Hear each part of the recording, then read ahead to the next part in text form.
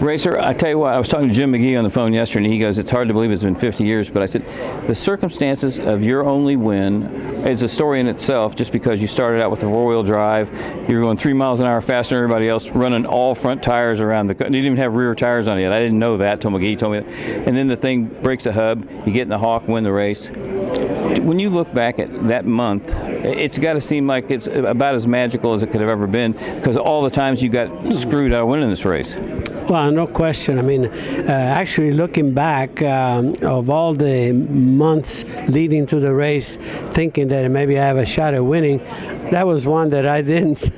I said, if I can just exist, you know, and here we go and win it. You know, it turns out to be our crowning event, you know, and but that shows you that you can never predict, you know, that the motor racing can be very fickle, as we know, and but it worked out, you know, and it was a blessed day for me. I can tell you, I can see that. I mean, it's still alive 50 years later. And the other thing is that you are so identified with this race and this racetrack, and you've been the best ambassador for the last 50 years for this thing. Even if you hadn't won, it would have still been one of the biggest travesties in the history of racing. But you look at all the laps you led, and you look at all the laps Michael led, and it takes so much luck to win this race. I don't think people realize how lucky you got to be. Well, you know, Bruce Martin just said, you know, he said, looking at Dale Earnhardt, you know, all the records that he set at Daytona, the qualifiers that he won and everything, he only won that one once. I mean, he should have won that how many times, you know.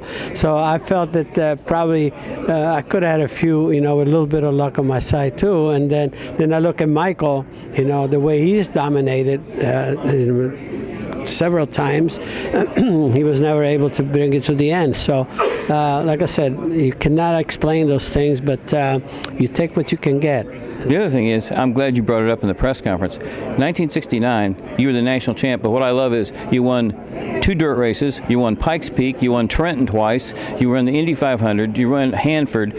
You talk about diverse. That, I mean, to think that you took on Pikes Peak, because a lot of guys, even AJ, was like, no, I don't know that place. That's the Unser territory. You know what's ironic? In 67 and 68, no, 66, 67, 68, I lost the championship. I lost 3 championships at the Riverside. I was leading. Going to the last race, and because I dropped out in '69, I had the championship showed up in August. The Riverside race was in December 1st, I think, and I won it, and I didn't need to win it.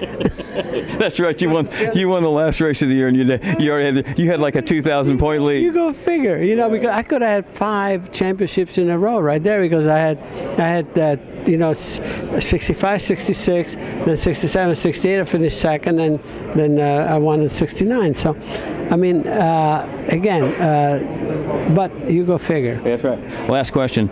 Our buddy Andy Granatelli is no longer with us, but he was such a part of this, and what you said about him, he was Mr. 500. I think as much personal joy as it meant to you, winning that race for Andy, that had to be one of the great things in your life.